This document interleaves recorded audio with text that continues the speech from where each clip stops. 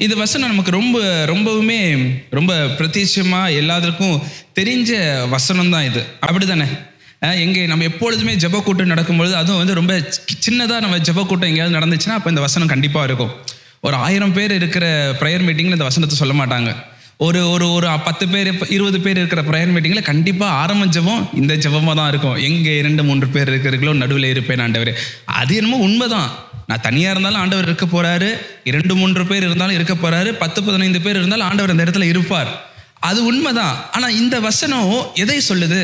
அப்படி மேலே அப்படி படித்தோம் அப்படின்னா 18வது அதிகாரத்தில் 15வது வசனத்திலிருந்து இந்த பகுதி ஆரம்பிக்கிறது. இந்த பகுதியை நீங்கள் முழுவதுமாய் நீங்கள் படிக்கும் பொழுது அதிலிருந்து என்ன தெரிகிறது? இந்த வசனம் எதற்காக உபயோகப்படுத்தப்படுகிறது? டிசிப்ளின் பண்ணுறதுக்காக. ஒரு சகோதரன் தவறு செய்கிறான் சபையில், அந்த சகோதரனை அவன் செய்கிற தவறிலிருந்து திருத்தி கொள்ளும்படியாய் தனியே போய் சொல்லுகிறார்கள். அவன் கேட்கவில்லை. 2-3 பேரோட சேர்ந்து போய் சொல்லணும், அதற்கும் அவன் கேட்கல. அதுக்கப்புறம் சபையில் இருக்கிற மூப்பர் பாஸ்டர்ஸ் எல்லாம் சேர்ந்து போய் சொல்கிறாங்க. அப்பயும் அந்த சகோதரன் அவன் தவறை திருத்தி கொள்ளுவது போல தெரியல. கடைசியாக சபை முடிவு செய்கிறது, இப்படிப்பட்ட நபரை சபையிலே அனுமதித்திருந்தால் அவன் மற்ற எல்லோரையும் கெடுத்து விடுவான்.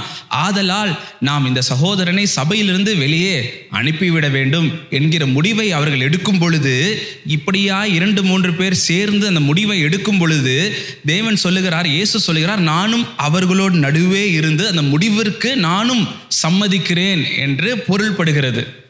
எங்கே 2-3 பேர் நாமத்தினாலே கூடி அந்த சகோதரனை நீங்க வெளியே அனுப்புகிறீர்களோ அந்த இடத்துல நானும் இருக்கிறேன், உங்களுடைய முடிவுக்கு நானும் ஆம் என்று நான் சொல்லுகிறேன் அப்படின்ற ஒரு பொருள்படுகிற ஒரு எச்சரிப்பின் வசனம் தான் இந்த வசனம்.